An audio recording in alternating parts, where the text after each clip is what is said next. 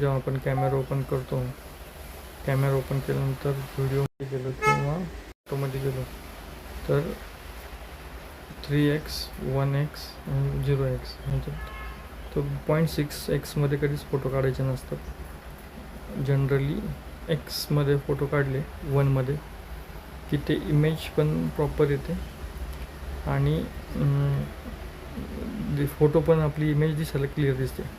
आता समोर तुम्ही पाहताय तर आकाश बिलकुल दिसत नाही, पण तेच मी जर आकाशाच्या इथं टच केलं बाकी बॅकग्राऊंड ब्लॅक होते आणि आकाश क्लिअर दिसायला लागते. हे जर मी खाली काउंटरला टच केलं तर काउंटर क्लिअर दिसेल, बाकीचं मला ब्लर हे दिसणार. तर ही जी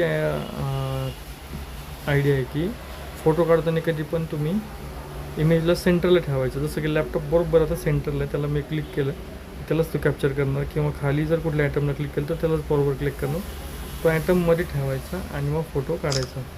जनरली ही एक पद्धत असते ती फॉलो करा.